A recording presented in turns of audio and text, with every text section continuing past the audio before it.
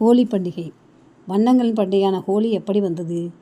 அதன் புராண கதைகளான கோகிகா பிரகலாதன் கதை, சிவன் பார்வதி காதலுக்கு உதவ மன்மதன் கதை, கிருஷ்ணர் ராதா காதல் கதையில் கண்ணன் கருமையாக இருப்பது புலர்த்தப்பட்ட கதை பற்றி சற்று கூறுகிறேன். வண்ணங்களின் பண்டிகை. வண்ணங்களின் பண்டிகையான ஹோலி வட இந்தியாவில் கொண்டாடப்பட்ட நிலையில் தற்போது இந்தியா முழுவதும் பரவலாக கொண்டாடப்பட்டு வருகிறது. இந்த தினத்தில் வர்ணப்பொடிகளை தூவி இனிப்புகளை பரிமாறி சகோதரத்துவத்தை வலியுறுத்தும் வகையில் கொண்டாடப்படுகிறது. ஹோலி அல்லது அரங்க பஞ்சமி என அழைக்கப்படும் பண்டிகை இந்து மதத்தின் பிரபலமான இளவேனில் கால பண்டிகை. ஹோலி பண்டிகை தமிழ் மாதங்களின் இறுதி மாதமான பங்குனி மாத பௌர்ணமி அன்று கொண்டாடப்படுகிறது. துலனி என அழைக்கப்படும் ஹோலியின் முக்கிய நாளில் ஒருவர் மீது ஒருவர் வண்ணப்பொடிகளையும் வண்ணங்கள் கலந்து பொடிகளை கலந்து தெளித்து விளையாடி மகிழ்வது வழக்கம். இந்த நாளுக்கு முன்னதாக பெரிதாக நெருப்பு மூட்டி கொண்டாடுவார்கள். அதற்கு சோட்டி ஹோலி அல்லது ஹோலிகா தகனம் என்று அழைக்கப்படும். ஹோலிகா தகனம் உருவான புராண கதை. அசுரல் ஒருவனான இரணியகசிப்பு பிரம்மனை வேண்டி கடும் தவத்தினால் சிக்கலான வரம் ஒன்றை பெற்றார்.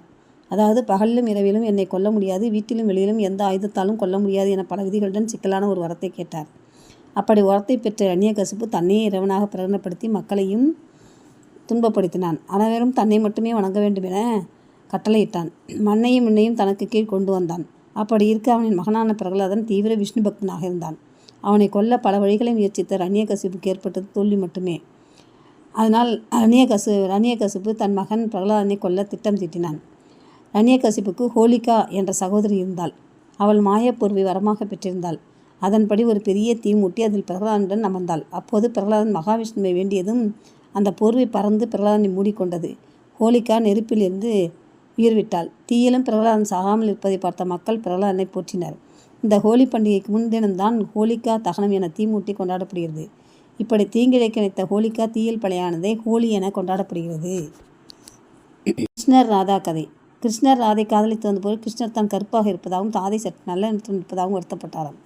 அப்போது ராதையை அழைத்த கிருஷ்ணரின் தாய் ராதாவுக்கு வண்ணப்பொடிகளை தடவி அவரை சற்று கருப்பாக கண்ணன் முன் காட்டியதாக கதை கூறப்படுகிறது. சிவன் பார்வதி காதல் கதை. சிவனை காதலித்த பார்வதி தேவி அவரை அடைய மன்மதனின் உதவியை நாடினார். பார்வதியின் காதலை வெளிப்படுத்த சென்ற மன்மதனை சிவபெருமான் அவர் நெற்றிக்கண்ணை திறந்து எரித்து சாம்பலாக்கினார்.